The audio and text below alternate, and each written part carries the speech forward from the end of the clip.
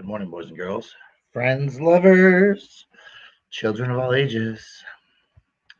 We got some things to cover this morning, so we'll give you all a second to join us. First,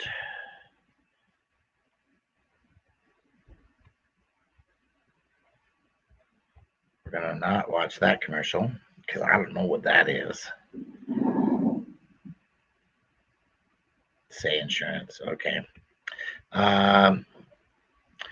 While everybody's joining this morning, we are definitely going to go back and share a couple of things. And the people who manage the park want to hear from you. Joining us now is Eric Lazari, Executive Director of the Civic Center Conservancy. Eric, thank you so much for joining us. I want to talk with you first a little bit about the Conservancy's mission and how perhaps it's changed over the years. Yeah, no, the Conservancy has been around in our community for a little over 15 years, and really we're here to bring that layer of service beyond what government can provide to Civic Center Park, and we do that by restoring, enhancing, and activating. And so, we've been super excited. What we've been known for over the years is things like Independence Eve, which CBS4 has been a partner in, as well as the food trucks, Civic Center Eats, and free fitness classes throughout the summer. But right now we're, excited to work on that enhanced portion of our mission, and that's where the Next 100 project comes in. Eric, this past year has been particularly tough, and I know you've seen it firsthand. COVID, meaning events like Independence Eve, like you just mentioned, it was canceled this last year. Civic Center Eats had to be revamped. And of course, we saw protests, homeless camps. For you, what is it like to watch all of that happen? Even through a interesting 2020, Civic Center was still filling its primary role in the community. It's a place where people gather. And sometimes it's gather for large celebrations like Independence Eve or Taste of Colorado.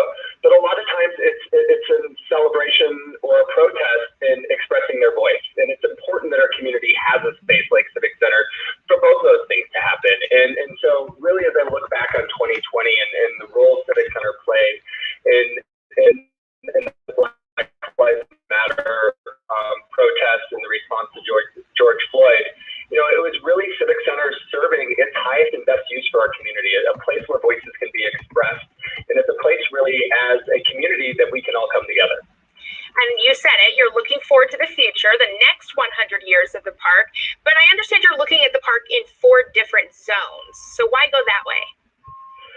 No, that's correct. So there's a Civic Center master plan that was created in 2005 that really gave a holistic look at the future of Civic Center Park and identified several key projects to enabling that transformation as it happens.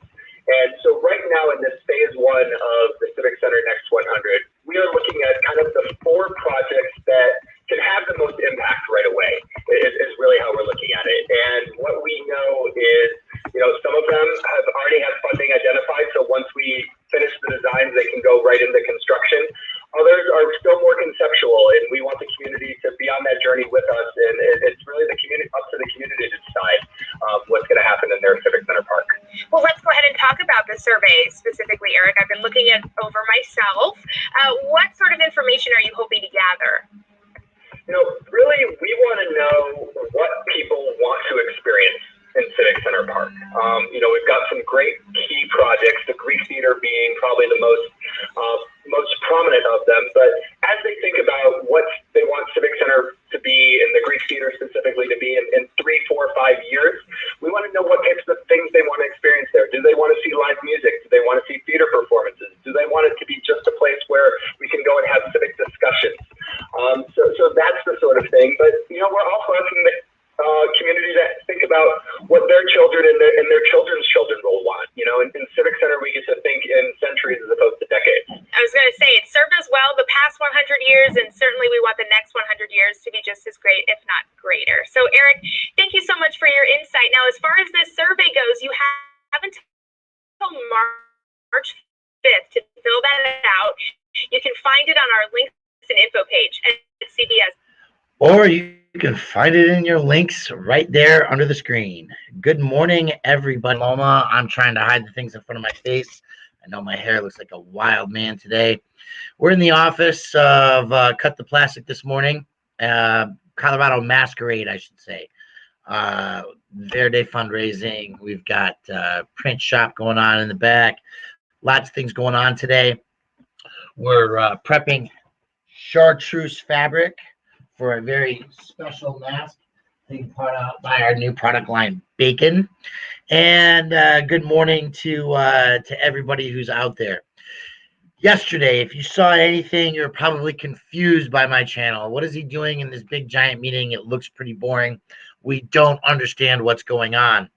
What happened yesterday into Peanut Butter 19 and everybody else who's going to be watching this is that the Colorado State of Legislature, the Representatives Department, under the guise of how to work in our communities better, 6th the State AZ, good morning, how to work better in our communities where peace officers have training for mental health. They were sneaking in a bill to provide $2 million for PSTD and mental health care for the police officers. Now, I want to be really clear about this. I believe that peace officers deserve mental health care. I recognize that if they get PSTD on the job, workman's comp is going to cover them. They also have, through the fraternal order, union benefits, major medical, that includes psychological health care. And these things are all important. All humans should have that. But when you're putting it up under the guise that we're going to have police officers trained on how to interact with the community, and you block funding for the community-based organizations to have access to being the people on the street. So I'm going to change screens because I'm tired of looking at my ugly face this morning, and I'm sure you are too. We're going to show you a couple of things. First of all, I want you all to know, this is some important news here. According to a Scientific American report, yeah, we'll accept your cookies, it's fine. Give me your cookies. Killings by police declined after Black Lives Matter protests. Study also found body camera use and community policing increased in places with the most active movements. That's right. When the community comes out and says, stop being abusive. This mentality that every human being you run into is a bad person, or how it feels represented in the stress of the situations just isn't working out. Let's get you to deal with things like protecting the corporate state, right? Keep the businesses, protect the banks, right? All that stuff. That's what you're here for. The unhoused, the downtrodden, abusing them is enough. So BLM here in Oakland, after George Zimmerman, neighborhood watch volunteer who shot Trayvon Martin in Florida. Right, these protests that have been going on for the last 5 years, are they having any effect on generating change? And here's a research.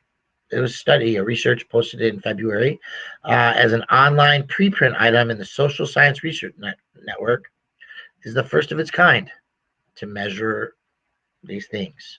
So I'm going to post this right here in the chat so you can go and read this yourself. Good morning, supposedly free, Bill Wonder, Spot Check News. I want to make sure that we cover a bunch of things in a short amount of time so that I keep your interest. I don't want to take it too long. The point here is that there was a research paper done on the Black Lives Matter movement. Are these protests creating changes? And the answer is yes. Now, for the next item on the docket, we had Senate Bill, no, it was House Bill 21-1030 yesterday. Failed. And it failed because people researched, they realized what was going on, and they didn't want it to happen to them. So I'm sharing a link here in the comments. There you go. That's the link if you need to type it out. Good morning, Carol. Jail populations. What is this? What's going on here? We are on the legislative Colorado bill. And let's just start at the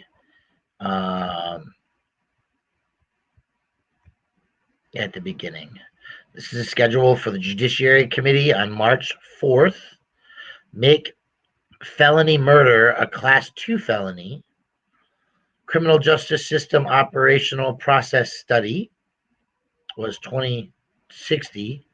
And Senate Bill 193, Safe to Tell, Provide Free Materials and Training. So these are bills that are related to this judiciary hearing that's coming up. Let's take a look at this.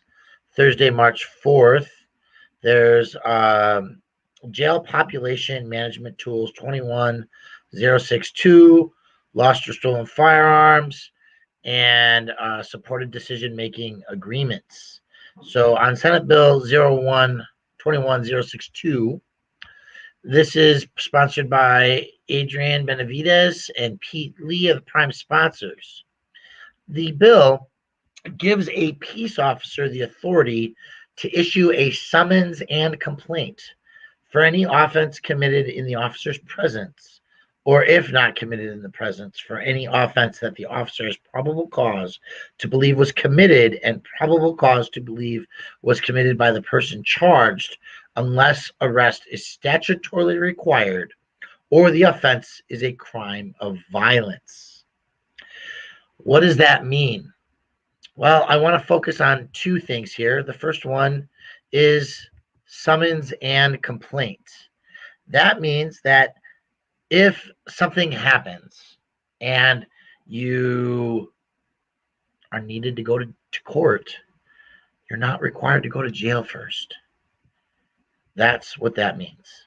Okay, summons and complaint means they're going to say you were a bad person and you did something wrong that you shouldn't have done. Should you just go to court, not go to jail? That's an important factor. I want to make sure that what we're looking at in this bill is understood. So summons a complaint. Now, that means what? Every time you get arrested, you don't have to go to jail. This is to depopulate jail population management tools to reduce jail populations. The bill prohibits a peace officer from arresting a person based solely on the alleged commission of a traffic offense, petty offense, municipal offense, misdemeanor offense, class 4 or 5 or 6 felony, low-level felonies, like yelling at a judge, maybe, I don't know, or level 3 or 4 drug felony, unless, and there's some conditions here. Conditions are important. Understanding what you're reading is important. Statutory arrest is required. The officer is unable to sufficiently verify the individual's identity absent a custodial arrest. Recently, some people in the auditing world experienced an arrest because the person refused to identify themselves so they could be summoned sufficiently, right? This wording here is very clear. The officer is unable to sufficiently verify the individual's identity absent a custodial arrest. So if you give the cops your ID, if you tell them who you are, if you don't have an ID, maybe you have a credit card or some other paperwork that shows who you are, that's sufficient identity, right? And they don't need to fingerprint you to prove who you are. So that is very significant and key. The person was convicted for a violation of section 42.4.1301. Well, I believe that I forgot to look that up. I'll be honest with you. I believe that it's going to have to do with driving under the influence. That's a DUI. So if a cop's pulling you over for DUI previously, and you are arrested or you're convicted for that violation, then your traffic violation could be arrestable. The offense is a felony or a victim rights crime. So I guess if you said "Happy Fuck the Cops Day" to a police officer, that would be legal. But fighting words is a victim's rights crimes. Maybe you abused your spouse or your partner. You physically assaulted them. You stalked them. Those are victims' rights crimes. Possession or use of a firearm. So you robbed a bank, yeah, with a gun. They can keep you in jail for that, right? The idea here is that if you're selling drugs at a school, you're still going to go to jail. Those are things we want, right? But if you jaywalked, if you blocked traffic, if you were disorderly in public and angry, having a mental health outburst, you shouldn't go to jail for those things. So these are the considerations that we want all of you to know. And the reason is that I'm hoping you're going to take some time today, for those of you who live in Colorado especially, to reach out to your state representatives and those who are on the Senate Judiciary Committee, which we'll show you here in a minute, to support this bill, or maybe not. But this is the summary as we're looking at it. The bill prohibits a court from issuing a monetary bond for a misdemeanor offense. I want that to sink in for a second. The bill prohibits a court from issuing a monetary bond for a misdemeanor offense. How many people in the last 5 years, through the online auditing world, through all the communities, have we seen be held on $5,000, $10,000 cash bond for misdemeanors or municipal offenses? I was just going over some paperwork with somebody the other day. I paid $500 cash because of a municipal offense, the allegation of trespass in a public park where there are no signs posted. Okay? So if a defendant is going to be thought to flee prosecution, to run, that's a reason to put somebody in jail. But this allows sheriffs to actively manage the jail populations in order to keep the population as low as possible while maintaining community safety, including the authority to establish jail admission standards that include offense-based standards to limit jail admissions. I want to highlight that, and I hope you can see it clearly. The bill authorizes sheriffs to actively manage their jail populations in order to keep the population as low as possible while maintaining community safety, including the authority to establish jail administration standards that include offense-based admission standards that limit jail admissions. So the sheriff can determine what they'll accept coming into the jail so that some hot-headed police officer cannot arrest and drag somebody to jail and say they were protesting outside of the police department, filming on the sidewalk. The sheriff can say, yeah, that doesn't cut it. You have no reason to jail this person. Therefore, we're not going to accept them. That sounds like some honorable behavior, don't you think? So, fighting words are not protected speech. And that's Spot Check News. My Cash App is Cut the Plastic. And I do want to say that if there's no ID, if no crime, is absolutely agreeable. However, if you're going to receive a citation, according to this bill, it would be better for you to ID so that you can receive a citation and summons than to not ID and then be forced to be fingerprinted under the terms of incarceration and bail. And they might even just arrest you, fingerprint you, and then PR you. I want to cover a couple of areas here on Caterpillar's comment where we're going with this here. Reach out to your representatives. Okay. So we're going to show you a couple of tricks on how to do that, but I want to also run Spot Check News here. Fighting words are not protected speech, lest we forget, give me liberty or give me death. And fighting words are not protected speech. So that's the key point that we're going to stick on there. And I want to say to a big thank you, Spot Check News. We'll use that donation that just came in on Cash App to buy water bottles and sustainable beverage containers for the poor and unhoused, so that those providing those services of fresh food and coffee, cold water to drink, will be able to give people permanent storage containers for that. Truly grateful for your support today.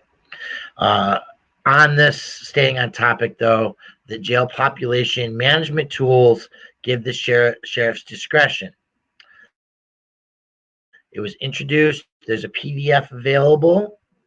There are bill sponsors listed here, and it's on the judiciary schedule for March 4th. Now, in here is a Find My Legislature link. And you can use some search options on this tool to say, search for somebody. I'm going to use our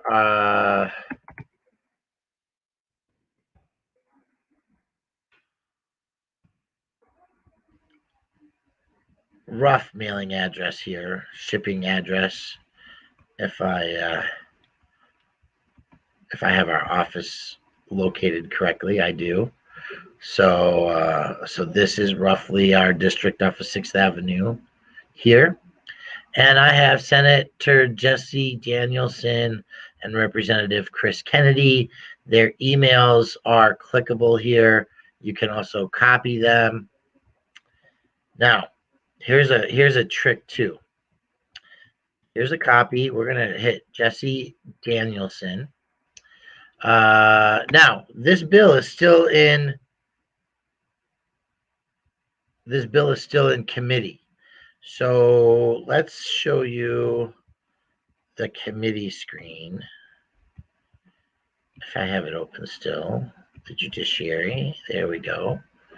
So the judiciary meetings are Wednesday upon adjournment, and then Thursday is the OSCC at 1:30 p.m. There's a staff contact, Julian Jensen, if you want to hear that. So there's Smart Government Act hearings information available as well. And I don't want to get too far down rabbit holes here. What I want to share is that there are your committee members. And again, if you click on them, you can find their mailing address, their phone numbers, their emails. That one's broken. So Senator Julie Gonzalez's email link is broken on her website. How do we solve that problem? Well, see how Julie Gonzalez is listed here? If we were to go backwards a couple of pages, let's go to Robert Rodriguez. See how his looks, and oh man, we're just gonna have to get on these people. Their links are broken. How about Senator Peter Lee, the chairperson? I'm going to tell you, I'm going to go see IT if there's a problem here. Oh, man. This is maddening. Okay. Backwards. We're just going to travel backwards here a couple pages.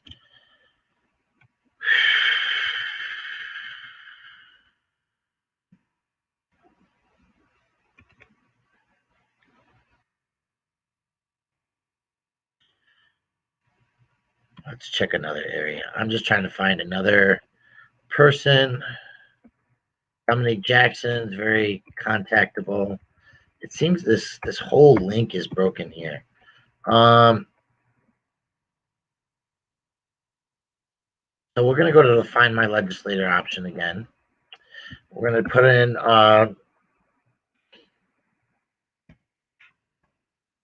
the name of the person that we copied last time, and we're going to see that it comes up. Now, this is important because if the person is a senator or a representative, the formula is first name, last name, and which part of the government they're in at state.co.us. So Jesse Danielson Senate, Chris Kennedy House at state.co.us. Also, if you're fun like me, what you'll do is it is frustration and madness, and that could be why we look like this crazed lunaticity here. Let's go to Twitter for a second because I want to show you something. If I go to my Twitter at Elizabeth Epps is tired. Psst. Follow Elizabeth. She's working on the Senate bill. You can't put the person's name, Jesse Danielson. See, it's got a blue check mark next to it right there. That's probably the state representative, state senator, District 30. Caterpillar, if you're still with us, now you can say, do a tweet.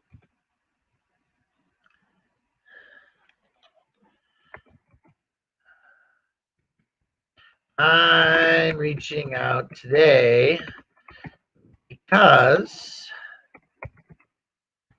I'm a business owner in your district. I would love to look at the issues you are working on for this session.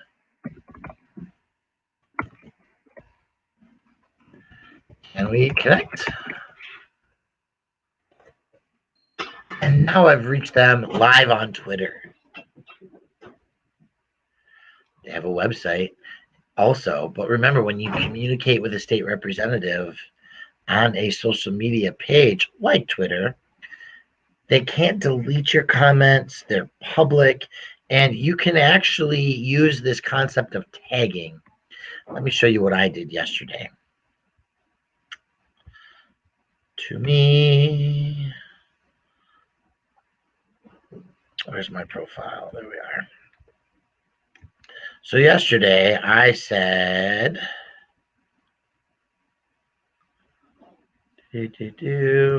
call to action, read the feed, huh?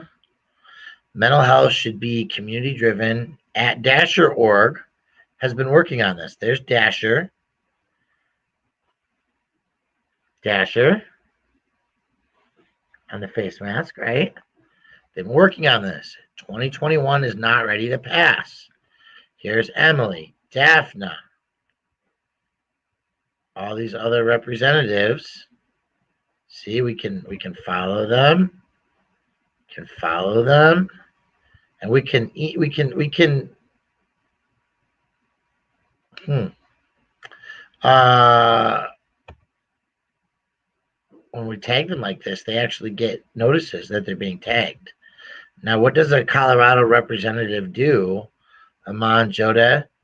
If she gets 100,000 notices that she's getting text messages or tweets about her, then they're going to do something about that.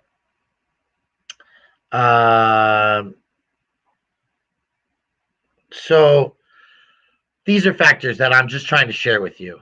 I want you to know that this bill is coming up. Find the committee members on the judiciary, email them, tell them to support Senate Bill 21. Oh, Elizabeth, where are we at here? Not 10:30, I'll tell you that. At ELI. We'll get back to it here. There we go. 21062. Prison populations. Police populations. Yes, that's right. 21062. Jail depopulations. Okay. Yes, criminals belong in jail, but most people aren't criminals. And they deserve better. We all deserve better. So if Jesse Danielson blocked you on Twitter, that is a civil lawsuit. Frank Sturgill. Ask Eric Brand about that one. And then we can all make comments and get blocked. And then we'll have a class action civil lawsuit. But some people just, different place, different day. So interesting that I picked Jesse Danielson, Frank. Just one on the tab. So let's be in community this week. Reach your